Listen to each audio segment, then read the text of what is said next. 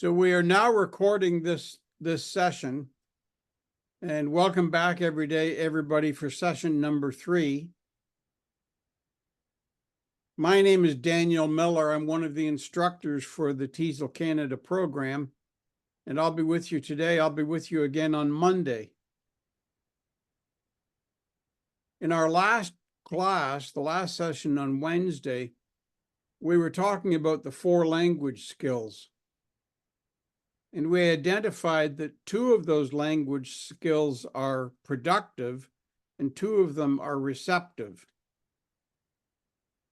What are the 2 productive language skills? Speaking and writing. Pardon, Karen? Speaking and writing. Yes, correct. And so that means that the 2 receptive skills are which ones? Listening and reading. Yes, that's right, Sahar. Thank you. So today we're going to be focusing on listening and speaking. So one of each of the types of skills. And we're going to start with the Canvas platform. This is under modules, the 4 language skills, listening and speaking.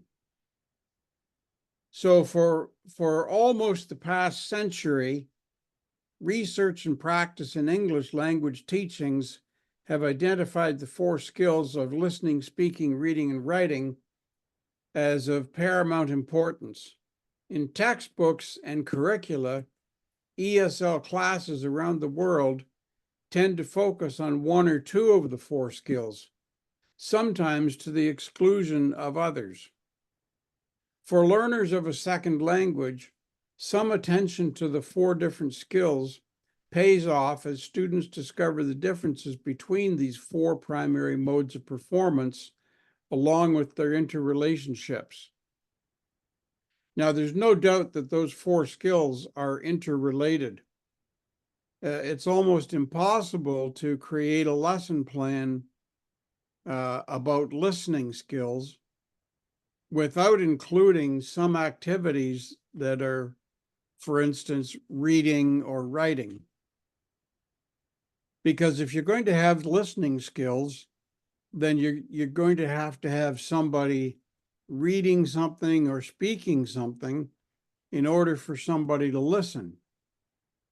So there's a connection between reading and listening and speaking and listening. And the same thing with speaking. There's definitely a connection between speaking and the other 3 skills. So today, with our focus on listening and speaking,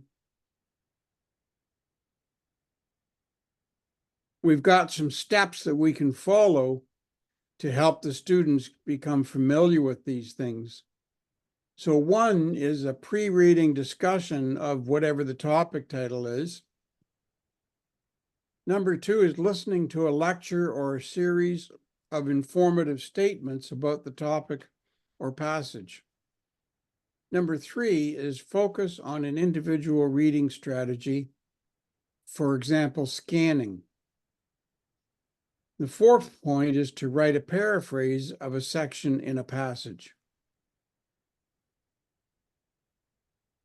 By doing this, it models for the students the real-life integration of language skills, gets them to perceive the relationship between several skills, and provides the teacher with a great deal of flexibility in creating compelling, motivating lessons.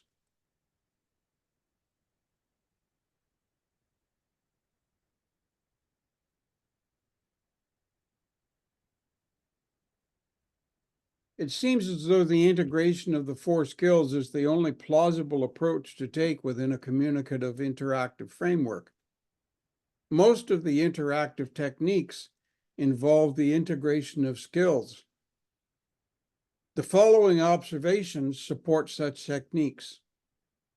Production and reception are quite simply 2 sides of the same coin. One cannot split the coin in 2. Interaction means sending and receiving messages. Written and spoken language often bear a relationship to each other. To ignore that relationship is to ignore the richness of language. For literate learners, the interrelationships of written and spoken language is an intrinsically motivating reflection of language and culture and society. By attending to what learners can do with language, and only secondarily to the forms of language, we invite any or all of the 4 skills that are relevant to the classroom arena. Often one skill will reinforce another. We learn to speak, for example, in part by modeling what we hear, and learn to write by examining what we can read.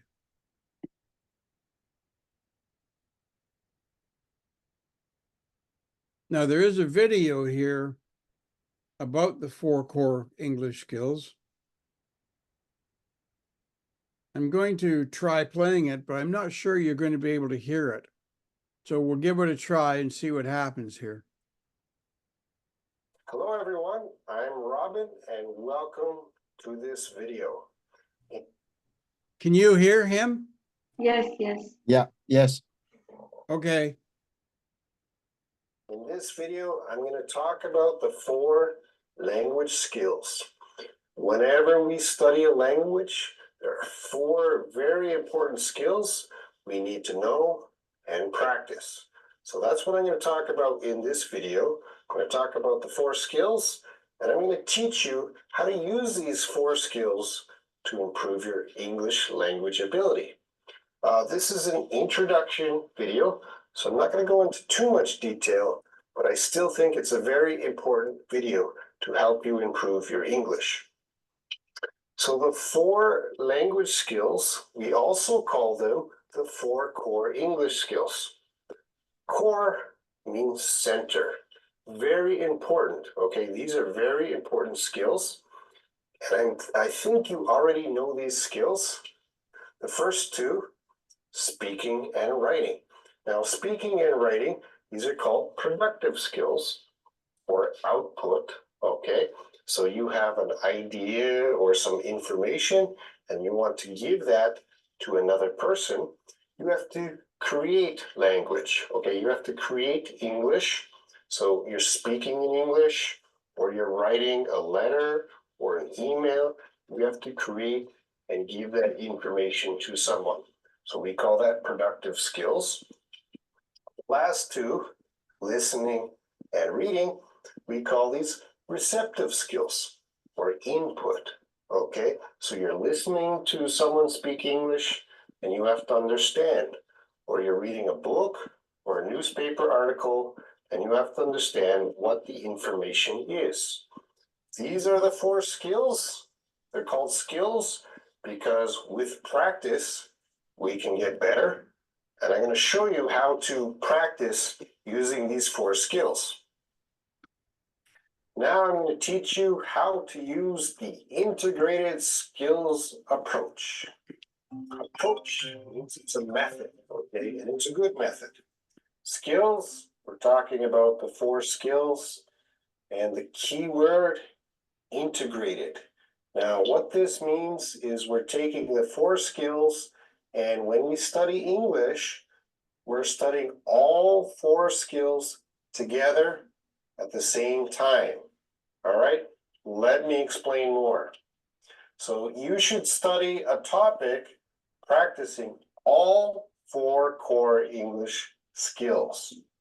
Let me give an example of a classroom. Now, a good teacher will want to use the integrated skills approach. So the teacher will bring the class a topic. So let's say the topic today is Canadian culture. So what the teacher will want to do is practice the receptive skills. So the students might read about Canadian culture. They might watch a video and practice their listening about Canadian culture. So they're receiving information in English. And then the teacher will want to practice the productive skills. So he or she will ask the students to write about Canadian culture, what they thought about Canadian culture. And the teacher will also ask the students to practice speaking about Canadian culture with the teacher or with a classmate. So in this class, a good teacher was able to pick a topic, one topic, and practice all 4 core English skills. This is a really good class. This is a really good way to study English. Why? Well, with the practicing the receptive skills, you might learn some new English expressions or vocabulary. And then when we're practicing the productive skills, you're able to practice writing these new expressions and you practice speaking these new expressions. All right, this will really, really help you improve your English. So in the class, a good teacher will do this. Let's talk about self-study outside the class. How can you do this? Well, it's not easy, okay? You know that. So the receptive skills, the reading and listening, that's easy. You're practicing your receptive skill now. You're listening to me. You can watch videos or listen to the radio. And reading, you can read articles and books. So you can practice that alone. But the productive skills, writing, a lot of my students don't practice that, but you should, all right? Now, you can keep a diary, whatever you watch, you can make some comments in your diary or about your day, you're writing, you're practicing. And for speaking, well, you need a partner, okay? You need a partner to practice speaking. That's not easy, I know, but you really need to find a club or a friend you can practice speaking English about some topics, okay? Now I'm going to help you a little bit. I'm going to talk about Voice of America. Now, and this website. Now, this is a really good website to practice your listening and reading, okay? If you go to this website, they have different levels. So if you're a beginner, intermediate, advanced, they have different videos and different articles. So this will really help you to find your level and practice your listening when you're watching a video and you're reading, all right? Right now, I'm going to show you how to access this site and use this site. Let's take a look. First, open your browser. Search for Voice of America. You can see their English learning site here. Okay, this is the main page. You can see up here many things to explore.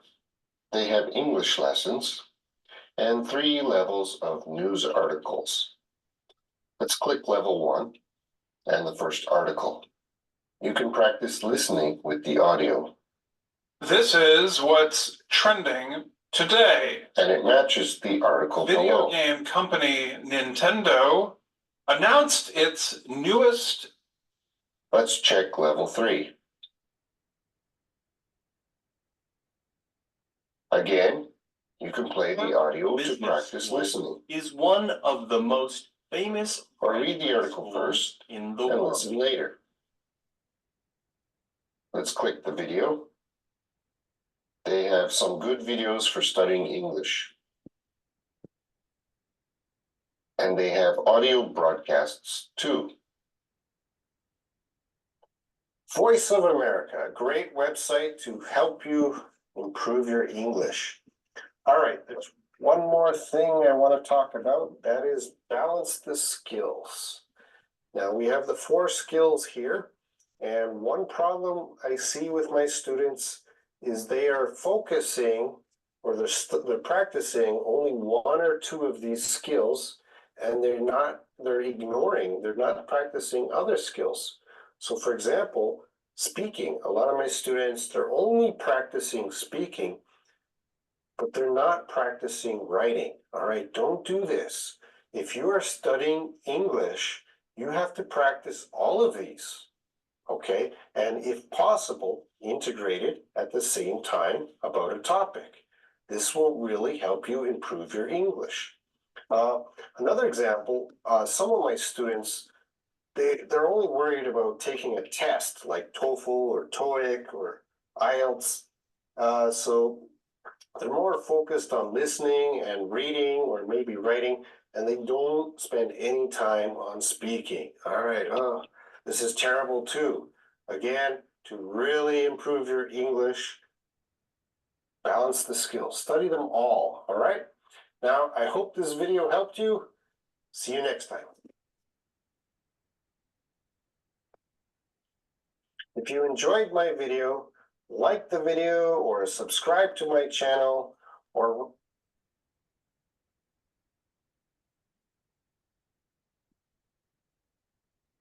According to my experience,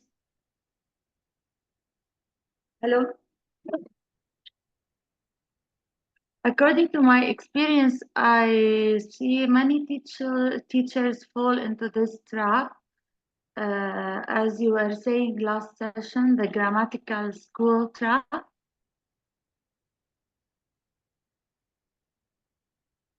Can you hear me?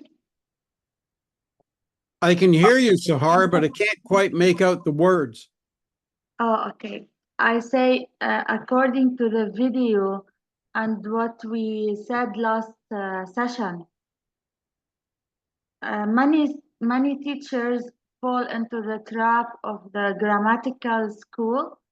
Although the lessons are integrated, yet they omit the speaking, the writing, and they focus on the grammar only.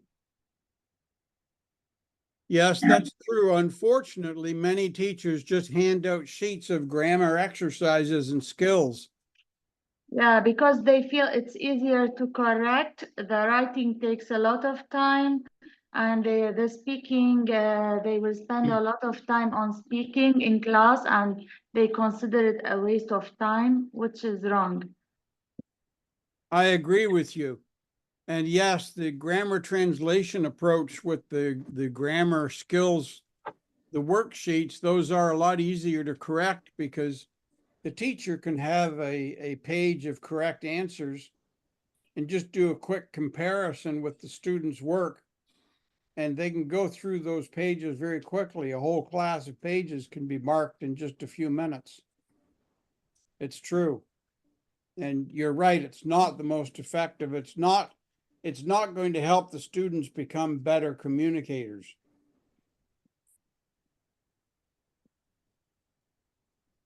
That's very true. So that video is on the Canvas platform, and I would encourage you to listen to it a few more times in your own time. We're going to take a moment and go to the IELTS website.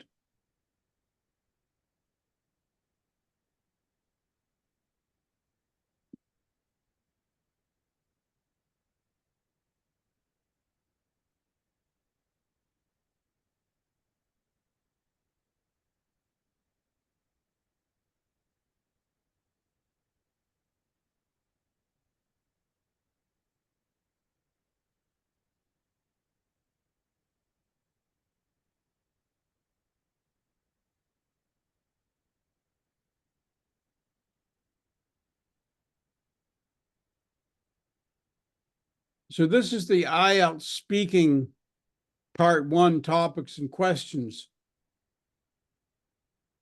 And this is designed as a sample practice for you to help your students prepare for taking the test by developing ideas for topics and practicing answering questions. There's a download link at the bottom of the page for the list of topics.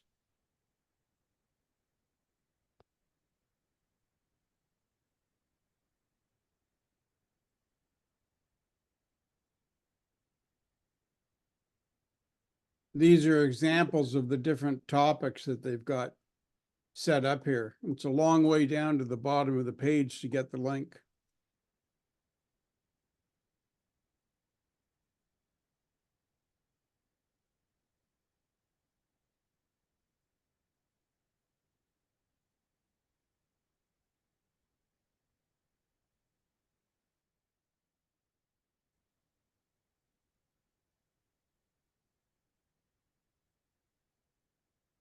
So the way the speaking is set up for IELTS, and this is a good thing, you can do role playing with your students to practice this. You can have one student playing the role of the examiner and other students playing the role of the people taking the test. So a face-to-face interview with the examiner is 4 to 5 minutes long. And there are 12 questions based on 3 topics. Questions about yourself, your life, and your country. The speaking part 1 common topics list. Below is a list of topics and questions that the examiner can ask you in part 1 of the IELTS speaking test. You should prepare ideas for these topics, but not memorize whole answers. Your answers should be natural when you speak in the test. Prepare your daily life, your recent memories, your childhood memories, your opinions, popular things in your country, etc. Remember, part 1 is all about you and your country. So here's the list of topics that could be used in this part of the test. And then here are some sample questions. So if work is the topic that is chosen, the examiner could ask, what is your job? Where do you work? Why did you choose that job? Is it a popular job in your country? Do you like your job? Do you get on well with your colleagues? And what was your first day like? What responsibilities do you have at work? And if you had the chance, would you change your job? Do you plan to continue with your job in the future? So just as an example, I'm going to use Isa as an example here. The examiner could ask Isa, as a politician, what is it that you like about your job? And then Isa could answer very carefully, being politically correct. He could answer what he likes about being a politician and living in Ottawa. So that's just an example of how the examiner might apply that particular topic. And then there's a section on study with sample questions. Some interesting notes here. If you don't work or study, please say so. When the examiner asks, do you work or do you study? This isn't a trick question. It's just be open and honest. For example, I don't work or study at the moment, or I'm a housewife. If you don't work or study, the examiner will ask about your home or hometown instead. So you need to help your students prepare for these tests, whether it's IELTS or TOEFL or whatever the test is that they're taking. It could be CELPEP. We'll talk about CELPEP a bit more another day. But whatever the test is, the students need to know that they just have to give an honest answer. And if something doesn't apply to them, explain that to the examiner so the examiner can ask them questions about something that is appropriate, that they're able to actually give the examiner an answer about. The TOEFL is academic, so most speaking tasks are related to academic classes. Sure, that's a very good point. And the IELTS exam, there's the IELTS general exam and the IELTS academic. Yeah. So the IELTS academic is very similar to the TOEFL academic. You have an instructor talking in class and you have to repeat what he's saying or give your opinion about the topic, whether it's scientific or related to biology, to chemistry class, to different types of classes, psychology. That's right. Exactly. Now I stopped sharing the screen because I need to stop sharing the screen if I'm going to open the chat. And the reason I'm opening the chat is so that I can put the link for this page into the chat box for you.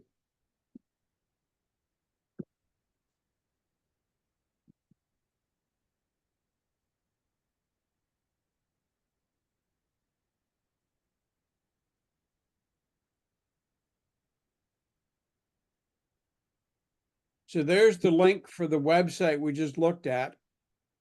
And you can copy and paste that link into your browser or copy and paste it somewhere to your computer. A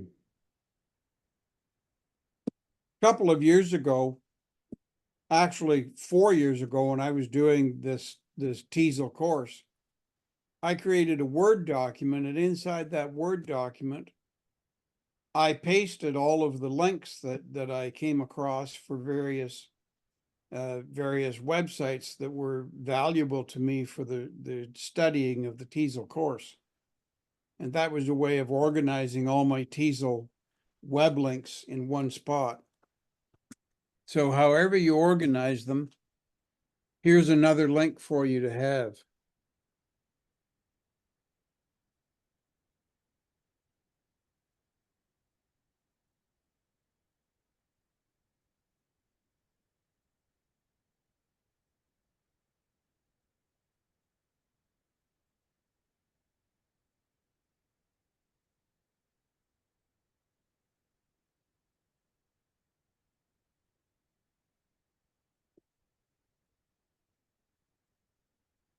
Okay, so that was your listening link. Or that was the speaking link, sorry. Now we're going to go back to the Canvas page, and we're going to have a look at listening now.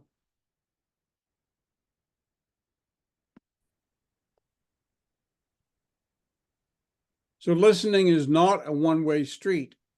It is not merely the process of unidirectional receiving of audible symbols. The following 8 processes, adapted from Clark and Clark in 1977 and Richards in 1983, are all involved in comprehension.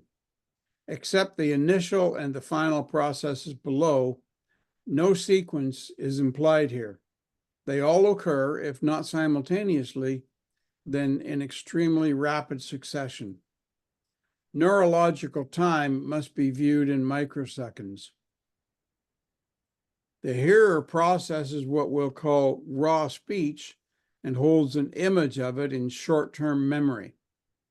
The image consists of the constituents of a stream of speech.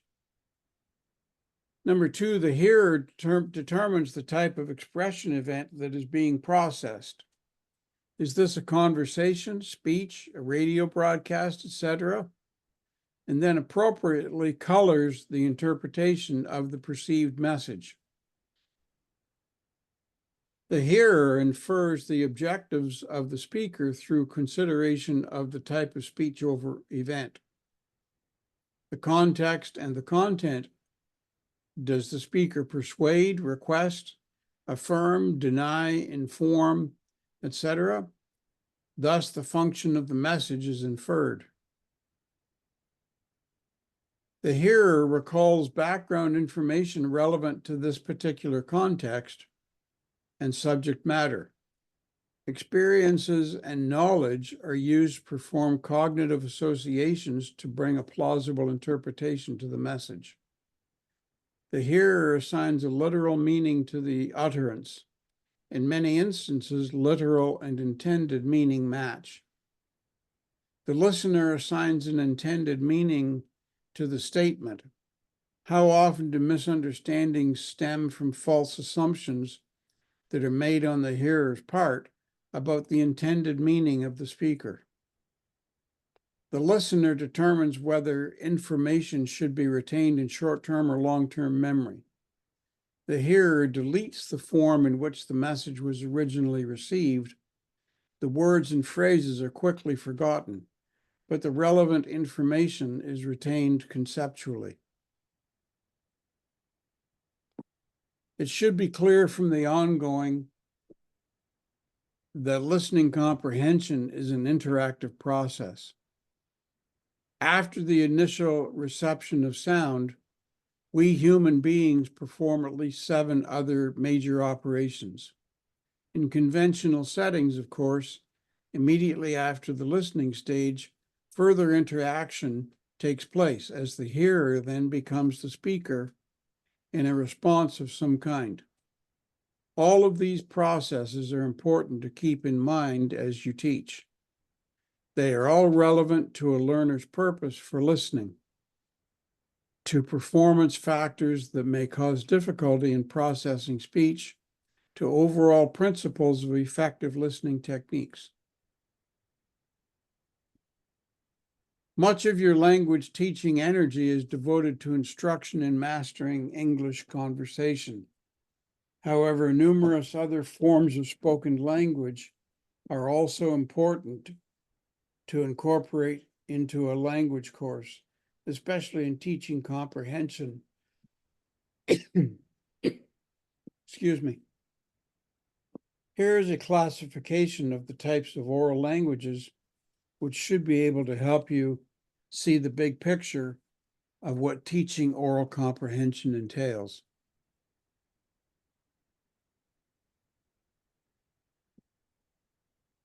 You have monologue and dialogue. Dialogue could be interpersonal or transactional. You could have planned or unplanned, unfamiliar and familiar, and unfamiliar familiar under each of these headings. In monologues, when one speaker uses spoken language, the hearer must process long stretches of speech without an interruption. The stream of speech will go on whether or not the hearer comprehends.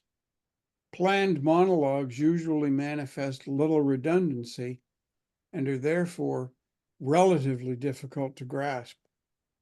Unplanned monologues exhibit more redundancy, which makes for easy comprehension, but the presence of more performance variables and other hesitations can either help or hinder comprehension.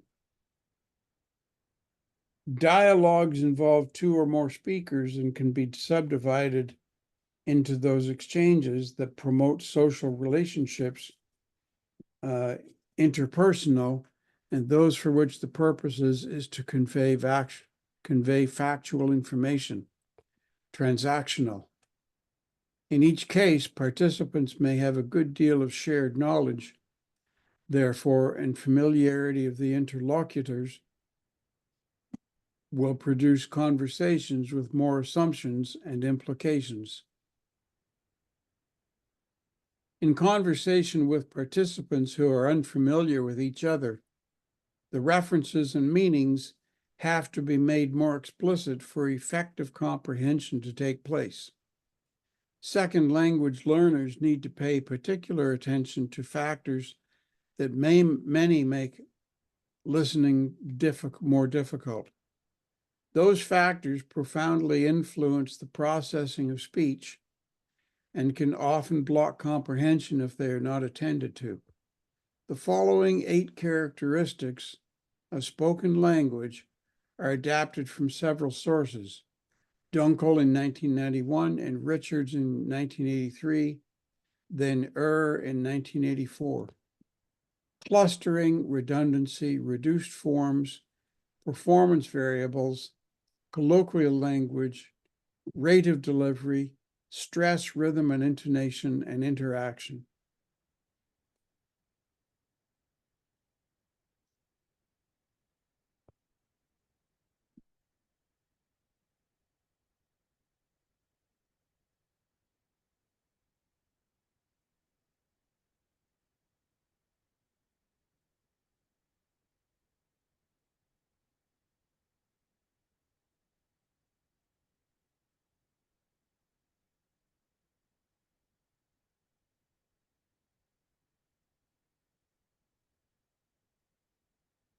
Now we're going to have a quick look at the IELTS listening practice tests. What topics can you expect in your IELTS listening test? Let's take a look at the 4 parts of the IELTS listening test in detail and practice with some sample questions.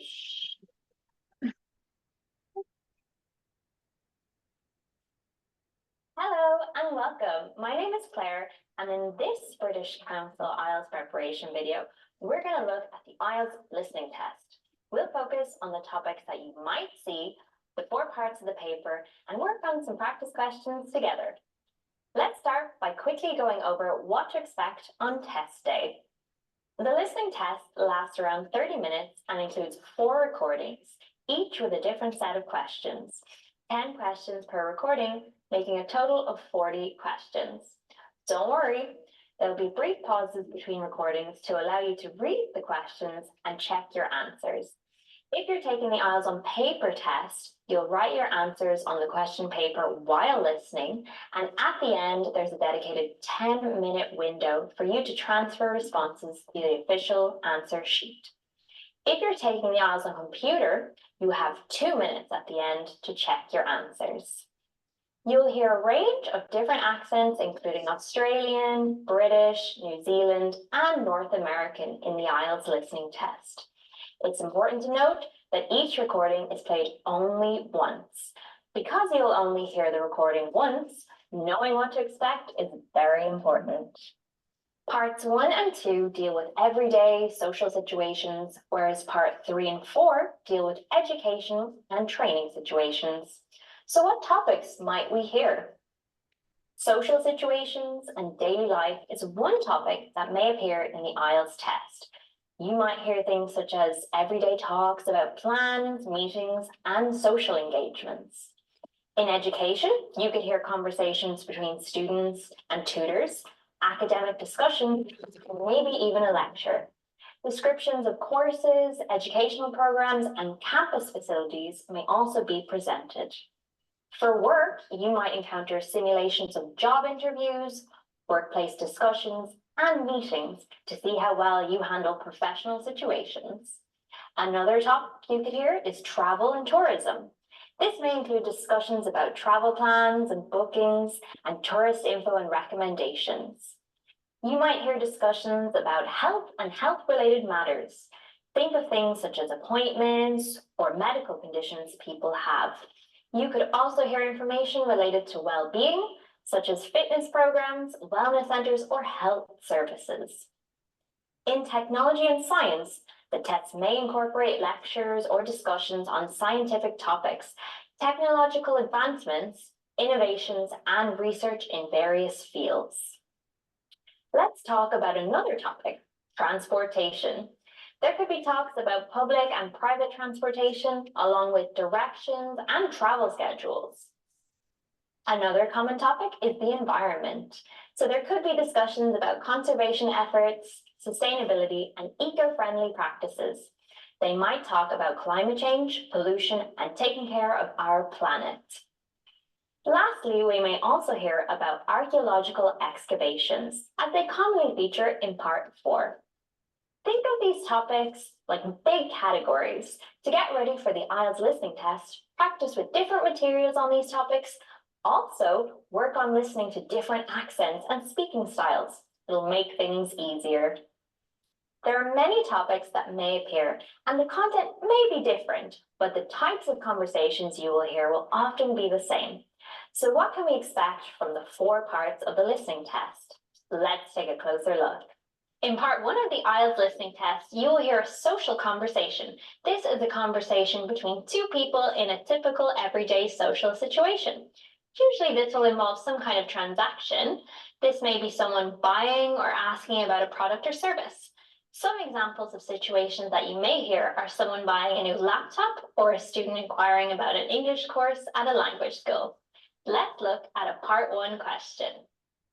Good morning, Travel Link. How can I help you? Good morning.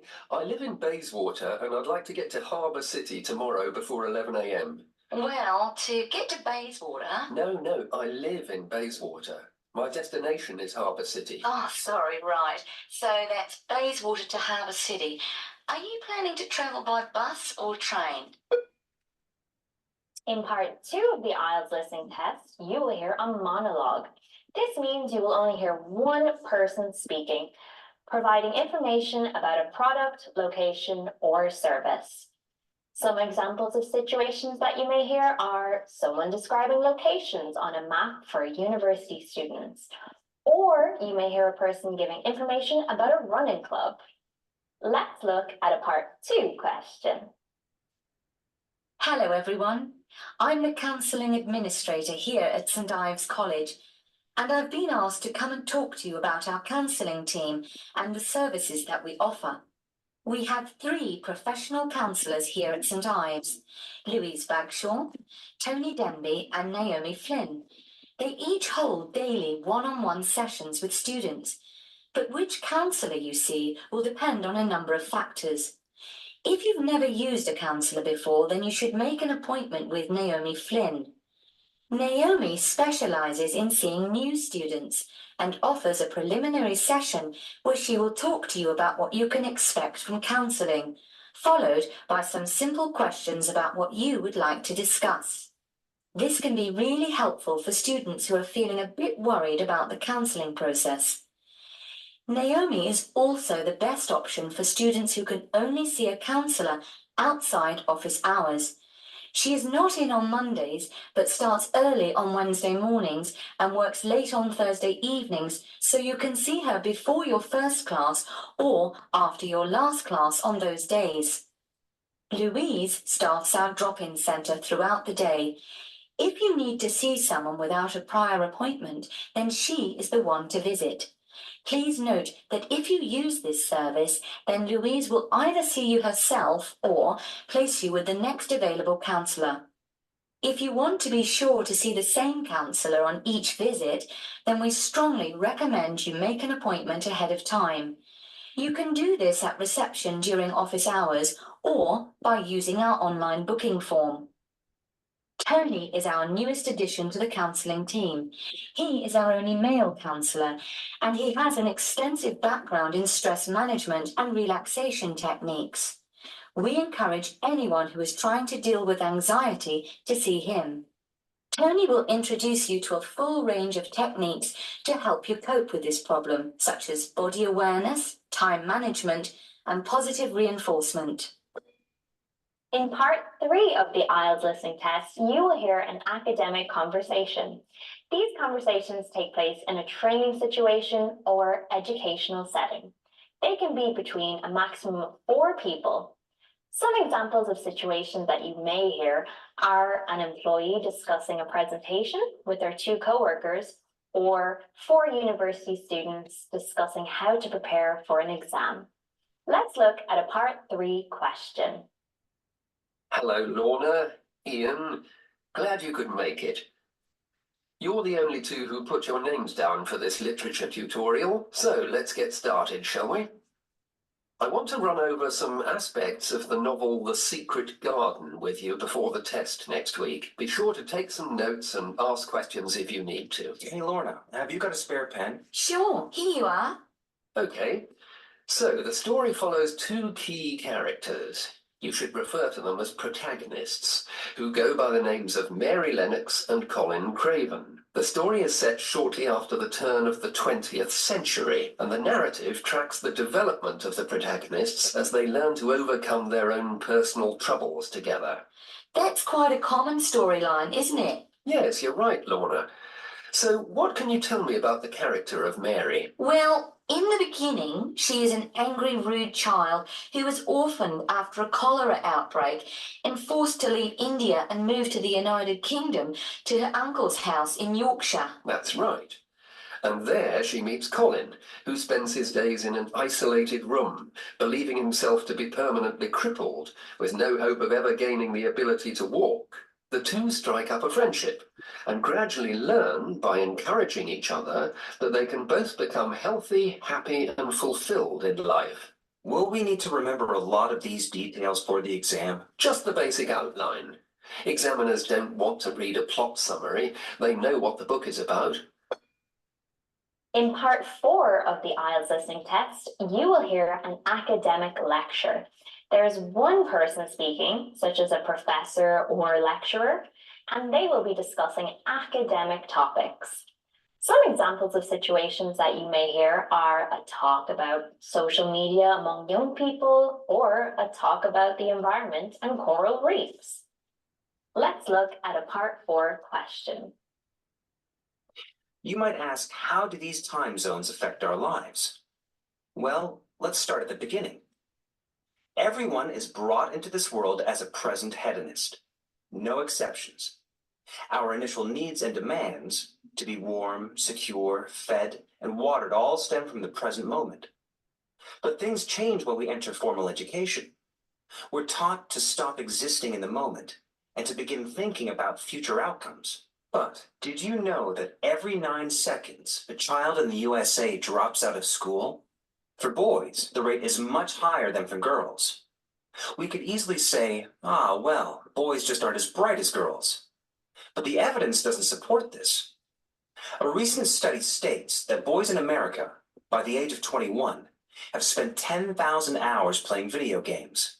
The research suggests that they'll never fit in the traditional classroom because these boys require a situation where they have the ability to manage their own learning environment. Now it's time to practice. You will hear 4 short practice questions related to each part. Remember, this is just a small sample of the longer version of the IELTS listening test. We'll share the answers with you in the description. You are going to listen to 4 sample sections of a listening test. There will be time for you to read the instructions and questions, and you will have a chance to check your work. All the recordings will be played once only. The practice test is in 4 sections. Section 1. You will hear a conversation between a clerk at the inquiries desk of a transport company and a man who is asking for travel information. First, you have some time to look at questions 1 to 5.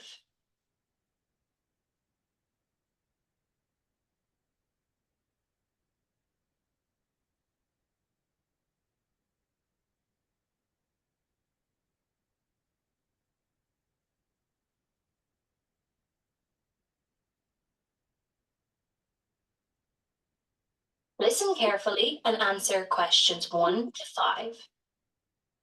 Good morning, TravelLink. How can I help you? Good morning. I live in Bayswater and I'd like to get to Harbour City tomorrow before 11 a.m. Well, to get to Bayswater... No, I live in Bayswater. My destination is Harbour City. Oh, sorry. Right, so that's Bayswater to Harbour City. Are you planning to travel by bus or train? I don't mind really, whichever option is faster, I suppose. Well, if you catch a railway express, they'll get you there in under an hour. Let's see. Yes, if you can make the 9:30 a.m. express, I'd recommend you do that. Great. Which station does that leave from? Helendale is the nearest train station to you. Did you say Helensvale? No, Helendale. That's Helendale. What's the best way to get to the Helendale station then?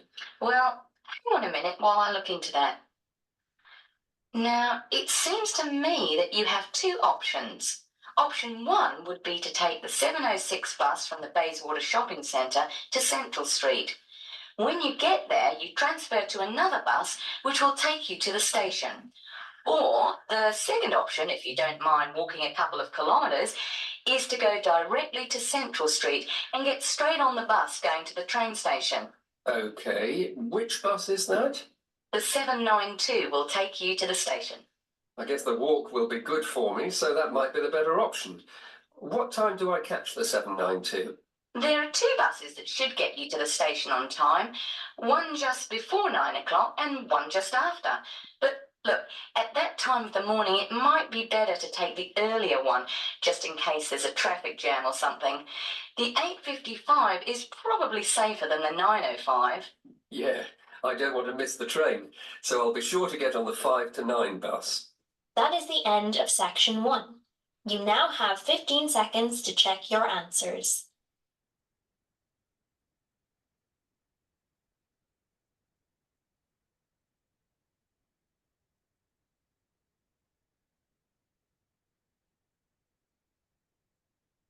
Section 2.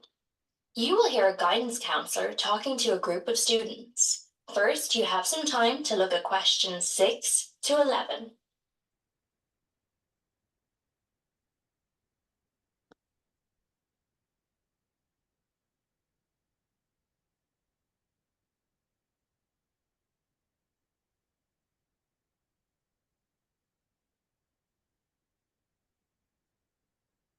Listen carefully and answer questions 6 to 11.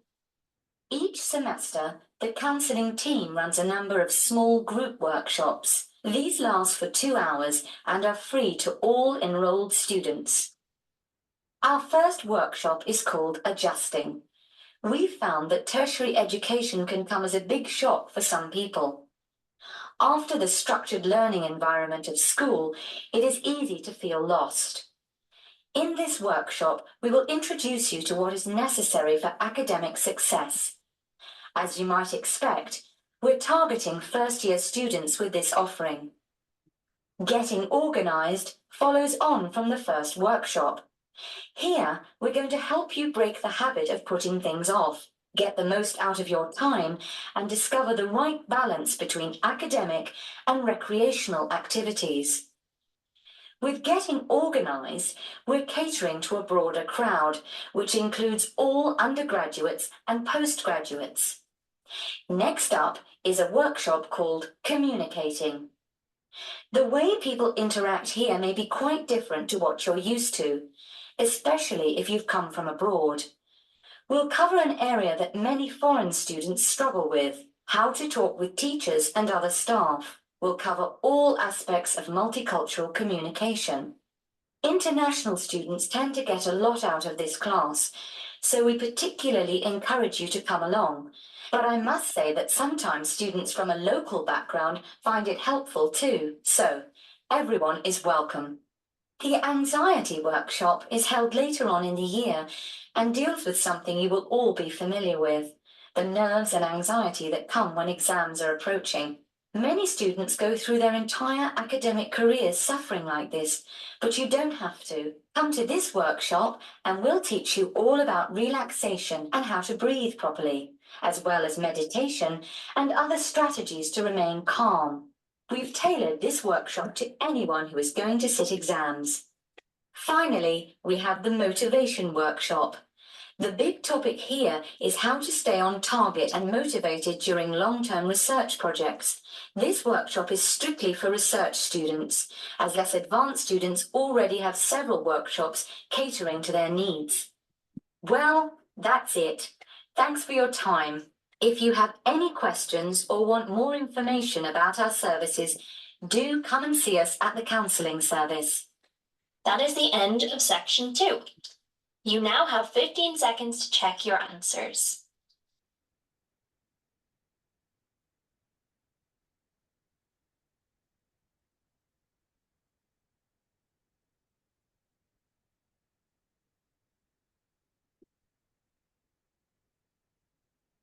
Section 3.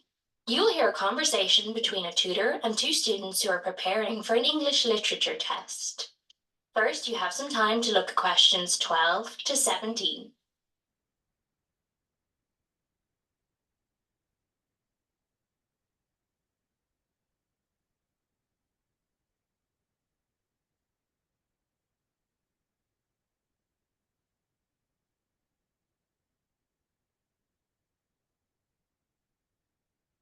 Listen carefully and answer questions 12 to 17. Won't it be hard to write a technical analysis? After all, it's a kid's book. Well, it was initially pitched at adults, you know. But over the years, it has become seen as a more youth-orientated work. And you're right in a sense. The simple vocabulary and absence of foreshadowing make the story very easy to follow and ideally suited for children. But that doesn't mean there isn't much to analyse. Look at the symbolism, for instance. Symbols are things, right? Material things like objects that stand for abstract ideas. Absolutely, yes. And the author uses many of them. There's the robin redbreast, for example, which symbolises the wise and gentle nature that Mary will soon adopt. Note that the robin is described as not at all like the birds in India. Roses are used as well, as a personal symbol for Mistress Craven.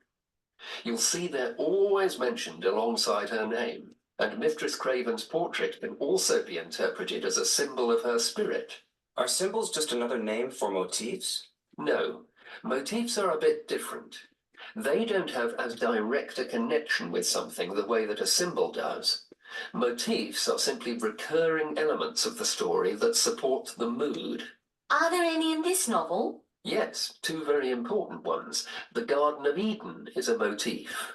It comes up a few times in connection with the garden of the story. And then you've got the role that secrets play in the story. In the beginning, everything is steeped in secrecy, and slowly the characters share their secrets, and in the process move from darkness to lightness, metaphorically, but also in the case of Colin, quite literally.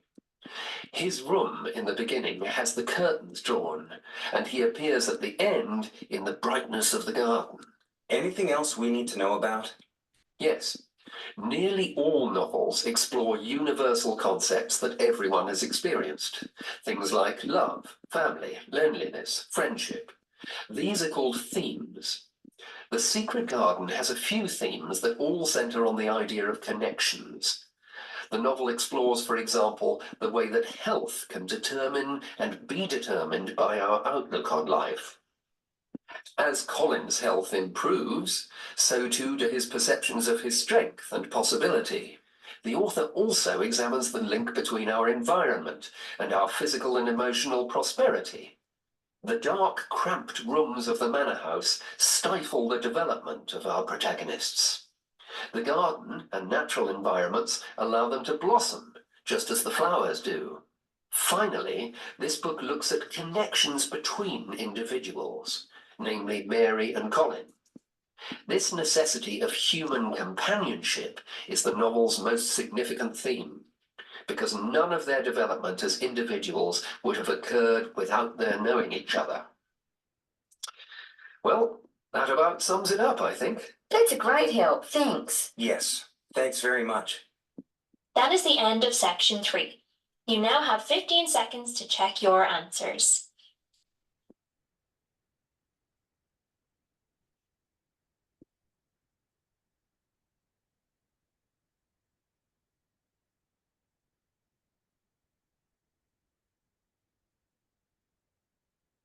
Section 4. You will hear a talk on the topic of time perspectives. You will have some time to look at questions 18 to 22.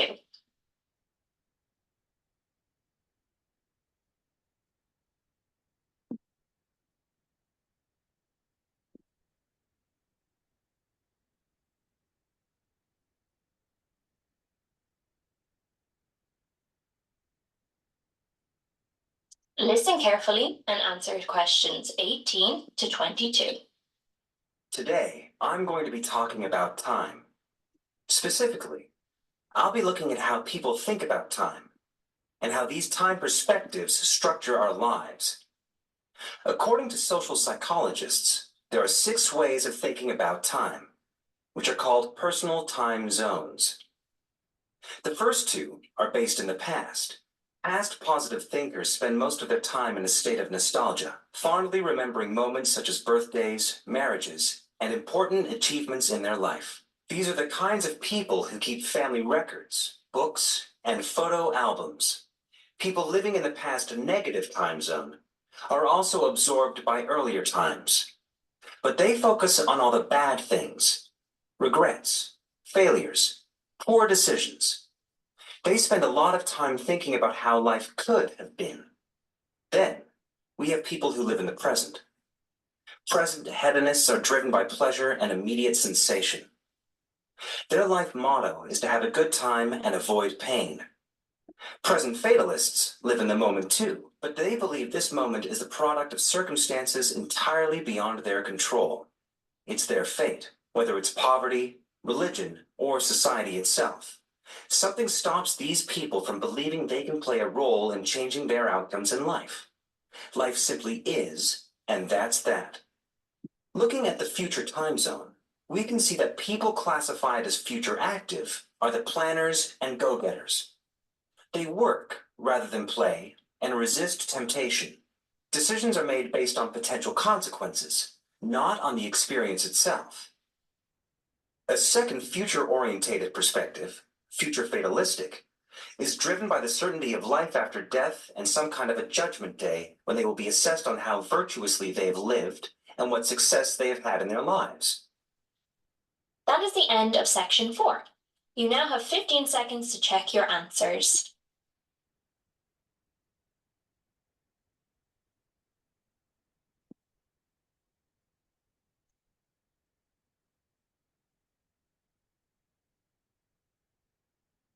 That is the end of the practice sample questions. Don't forget, the actual listening test has more questions and has different timing. Be sure to practice with a full listening paper to understand the structure and timing. How did you do? Don't forget to check your answers and let us know in the comments how many you got correct. So let's recap. The test is made up of 4 parts, each presenting different situations. Part 1 involves a conversation between 2 people in an everyday situation. Part 2 features one person providing information about a product, location, or service in relation to everyday social situations. Part 3 consists of a discussion between up to 4 people in an educational or training context.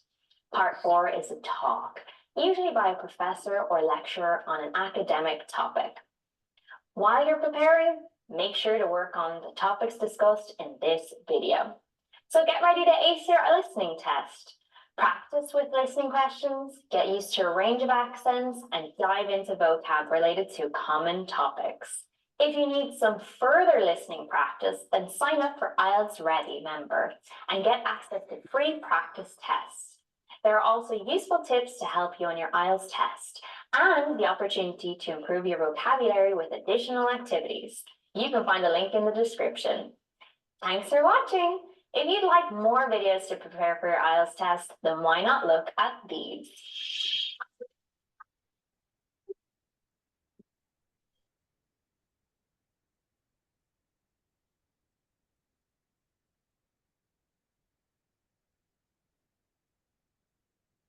And there are definitely a large number of tests up on YouTube and sample videos related to IELTS and other organizations that offer these English tests.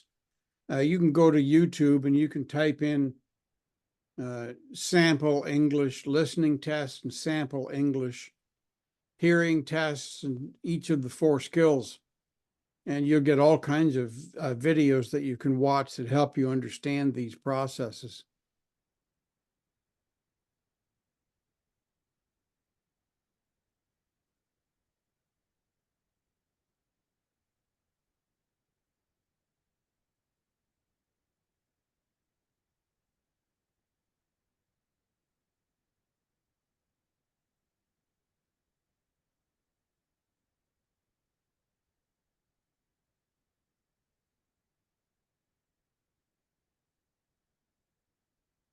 And I've lost my TESOL advanced tab here for a second. Just let me get that back.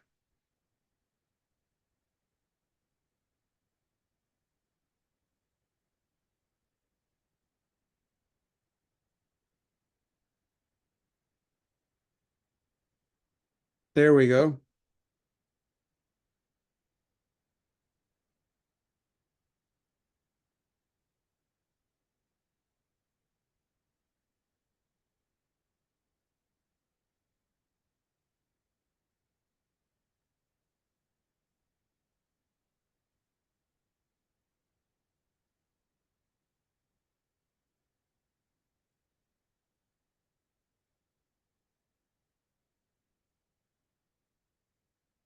So back on the Canvas platform, there are lots of more details related to speaking and listening.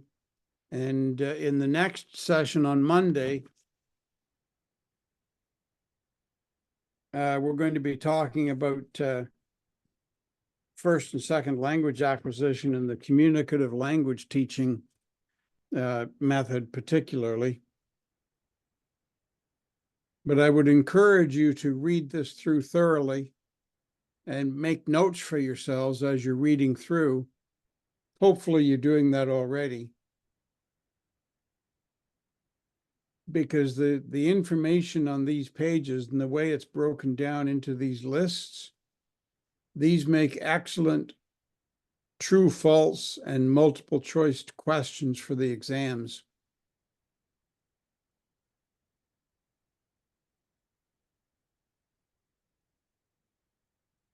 So I'm going to let you listen to this on your own, this particular video on your own. It's on the Canvas website. And we're not going to take the time to listen to this video as well right now today. But definitely have a look at these different lists and keep these in mind when you're developing your own conversation activities assignments and your own 4 skills lesson plan assignments. These are some very good pointers to help you organize your material.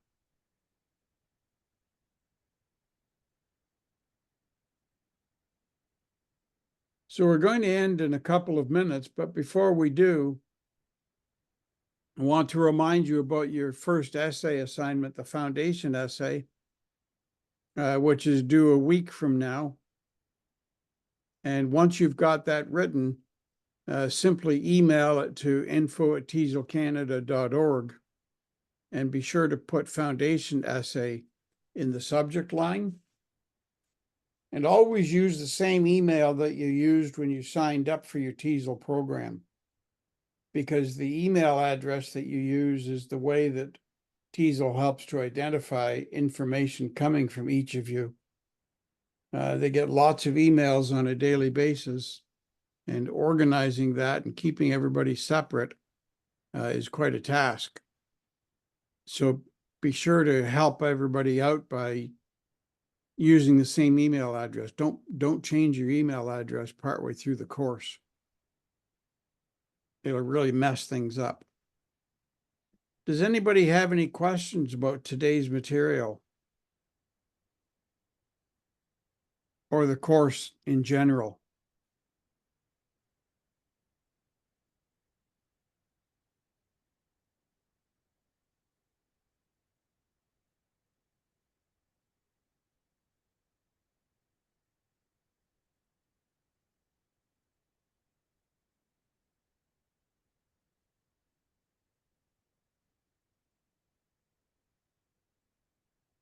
So next Saturday will be the reading and writing items that you get to look at with 4 language skills.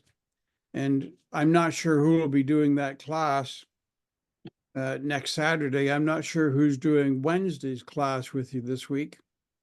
But I will be back with you in 2 days' time on Monday. I'm doing each Monday. I might do some more classes. I don't know yet. That depends on whether Dr. Valley needs me to do them or not. So you folks have a good day tomorrow. Enjoy your weekend. Thank you. Study hard, but also take some time off to be with your family and enjoy yourselves as well. Okay, thank you. So if nobody has any questions, we're going to say goodbye for today. And you take good care of yourselves. And I'll see you in 2 days' time on Monday. Bye for today.